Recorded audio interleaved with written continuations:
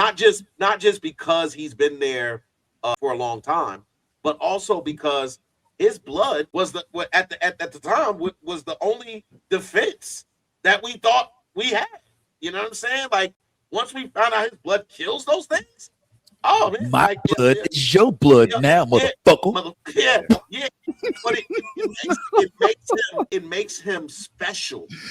It separates him from everybody else in the town. Like now your importance becomes like you become the most important person in town. Like you're our only defense. So you're keeping you alive, keeping your blood flowing is the most important thing we need to concentrate on whilst we're here.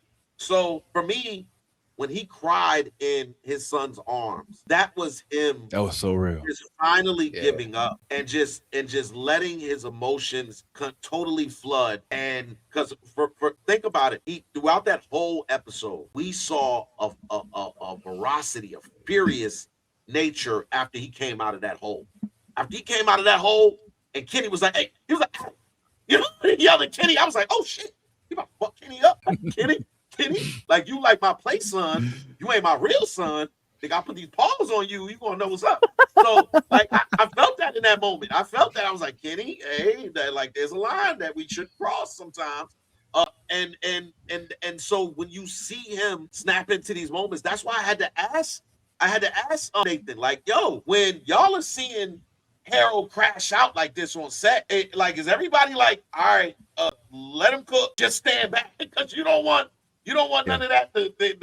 Like that's a real thing because when you see a person like Harold Perrineau, who because I first encountered Harold on Oz. I don't know for those who watch Oz. Likewise. Oz, and he in the wheelchair. He was mad. He was the narrator of the show.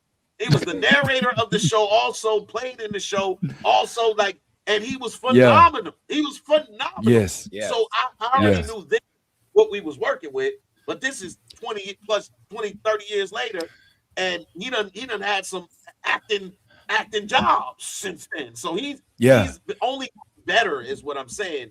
And so when you see him tap into that veracity on screen, and you see him like oh yeah, he about to put a bullet in everybody's head. Like you know what I'm saying? I don't know if that's what he was going to do. I feel like he was just he might seem like it seemed like he might be the one who's willing to do it. Yeah, right. That's crazy.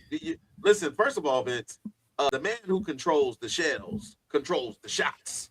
And so it feels more to me like cyanide pills. You know, like rather than going down as a beast, I mean, getting tore to shred by the beast, that everybody has the opportunity, if need be it, to take their own life if they should want to. I don't think he's going around to put bullets in the heads of everybody like it's Walking Dead season 5. I don't think that's what it is. Let me tell you something.